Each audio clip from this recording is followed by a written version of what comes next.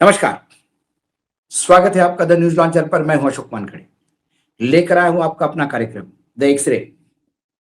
एक खबर जो पढ़ के लगा मुझे कि अरे, अब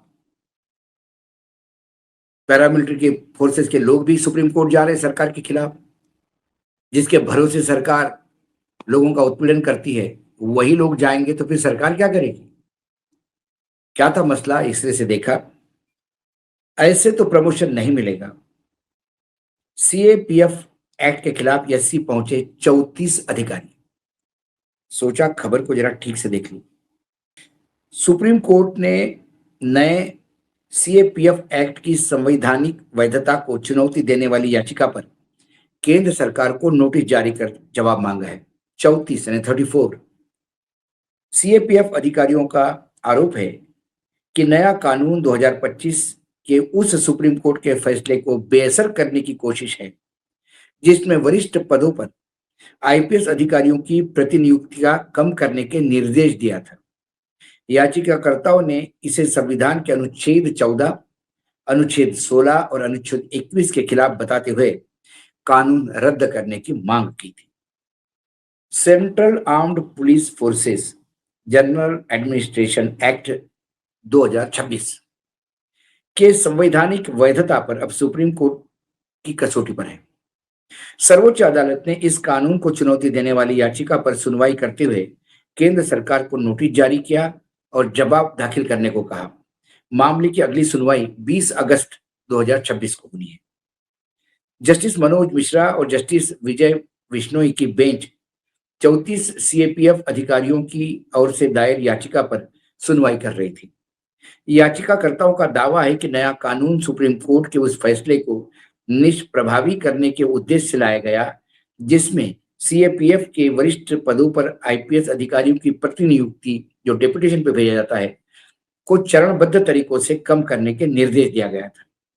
याचिकाकर्ताओं का कहना है कि सांसद को कानून के पूर्व प्रभाव से संशोधन करने का अधिकार जरूर है, लेकिन वह क्या केवल नया कानून बनाकर किसी न्यायिक फैसले को बेअसर नहीं कर सकती।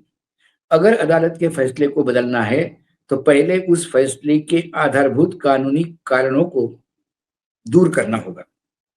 याचिका में आरोप लगाया गया है कि सीएपीएफ सामान्य प्रशासन अधिनियम 2026 का उद्देश्य केवल सुप्रीम कोर्ट के फैसले के प्रभाव को समाप्त करना है। ऐसा करना संविधान की निहित शक्तियों के पृथक्करण के सिद्धांत के विपरीत है। 2025 में सुप्रीम कोर्ट ने क्या फैसला दिया था? 23 मई 2025 को संजय प्रकाश बनाम भारत संघ मामले में जस्टिस एएस ओका और जस्टिस उज्जवल भुइया के पीठ ने बड़ा फैसला सुनाया। अदालत ने केंद्र सरकार को निर्देश दिया था कि सीएपीएफ काडर के सीनियर एडमिनिस्ट्रेटिव ग्रेड एसएजी तक आईपीएस अधिकारियों की प्रतिनियुक्ति वाले पदों को 2 वर्षों के भीतर चरणबद्ध तरीके से कम करना होगा। सुप्रीम कोर्ट ने यह भी कहा था कि सीएपीएफ सेवाओं को ऑर्गेनाइज्ड ग्रुप ए सर्विसेज का हिस्सा माना जाना चाहिए। इस फैसले के बाद सीएपीएफ अधिकारियों के लिए वरिष्ठ पदों पर पदोन्नति का रास्ता खुलने की उम्मीद बढ़ गई थी।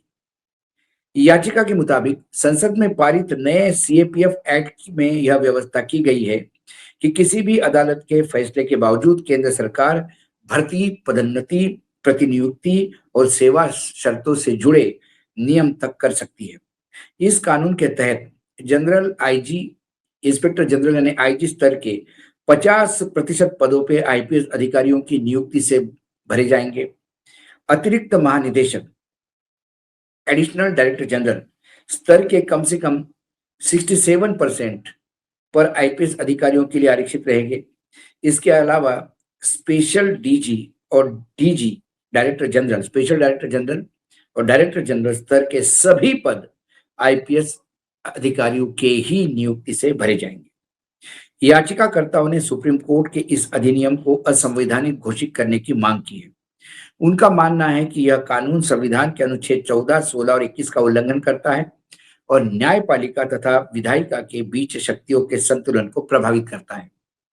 अब सभी की नजर 20 अगस्त को होने वाली अगली सुनवाई पर होगी, जब केंद्र सरकार इस कानून के पक्ष सुप्रीम कोर्ट के सामने रखेगी। सवाल ये है कि ये जो सुप्रीम कोर्ट ने डिसीजन दिया था वो जस्टिस ओका और जस्टिस उज्जवल भुइया की बेंच थी, और ये दोनों जजेस संविधान के अनुरूप चलने के लिए जाने जाते हैं। जस्टिस ओका के रिटायर्ड होने पर सुप्रीम कोर्ट में ऐसा अभूतपूर्व जो विदाई समारोह है वो देखने को मिला। लोग कहते भूतो न भविष्यति, इतने जबरदस्त तरीके से विदाई समारोह उनका हुआ था, लेकिन जस्टिस ओका का हुआ था।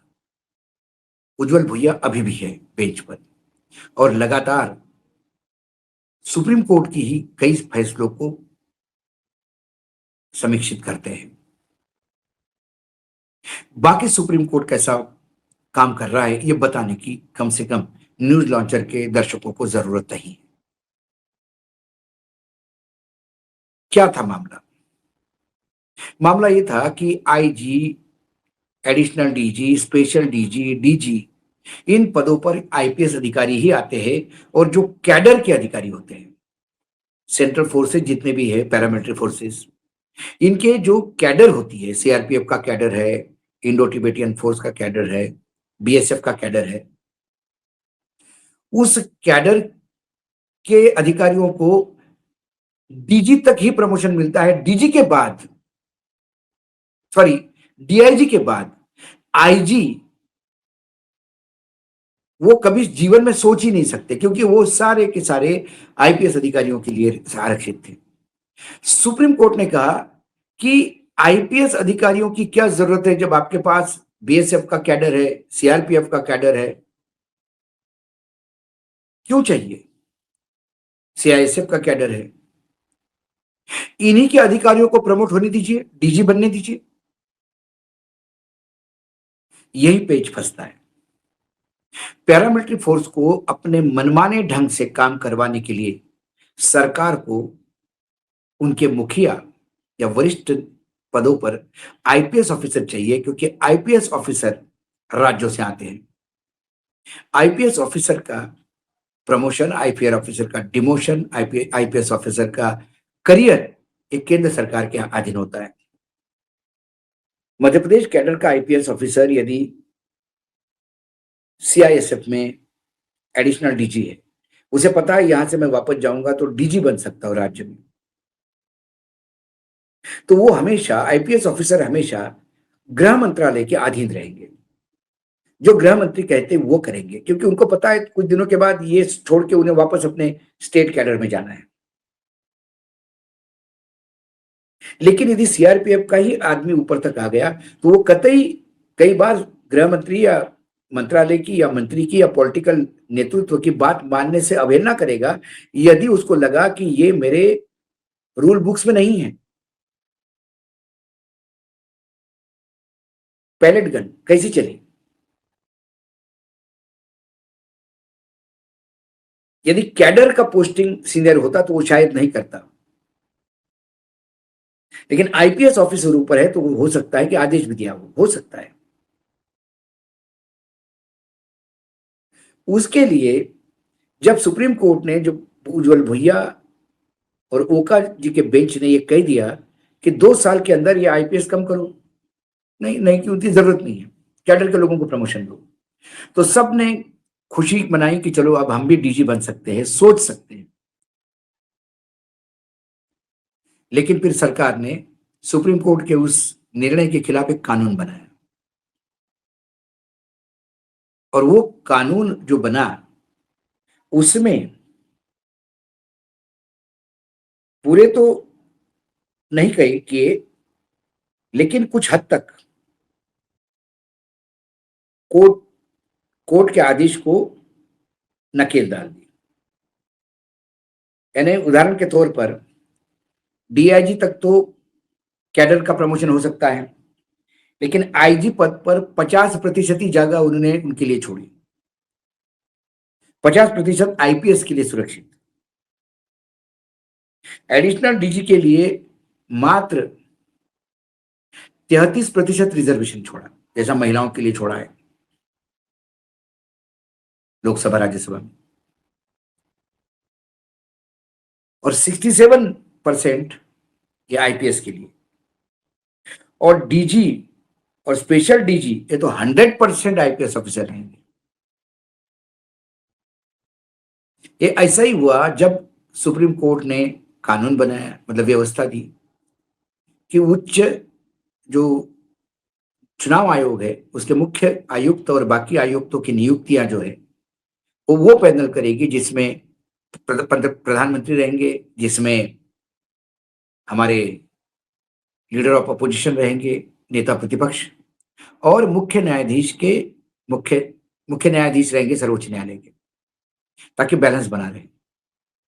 सरकार जानती थी वो अपने मन के हिसाब से अपॉइंट नहीं करती, तो सरकार ने कानून बनाया उस निर्णय को उल्टा करते हुए कि सर्वोच्च न्यायालय के न्यायाधीश तो अपने जगह पे बैठे रहेंगे, इसमें प्रधानमंत्री, लीडर ऑफ अपोजिशन और प्रधानमंत्री के साथ एक और मंत्री, मतलब 2 इधर और 1 इधर।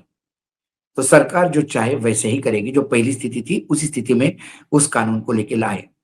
ऐसा ही इस निर्णय के खिलाफ कि आईपीएस ऑफिसर यदि नहीं रहेंगे तो फिर हमारा कंट्रोल कैसा रहेगा, ये सोचते हुए एक कानून लाया। ये कानून सर्वोच्च न्यायालय के अपने निर्णय के खिलाफ लाया गया है।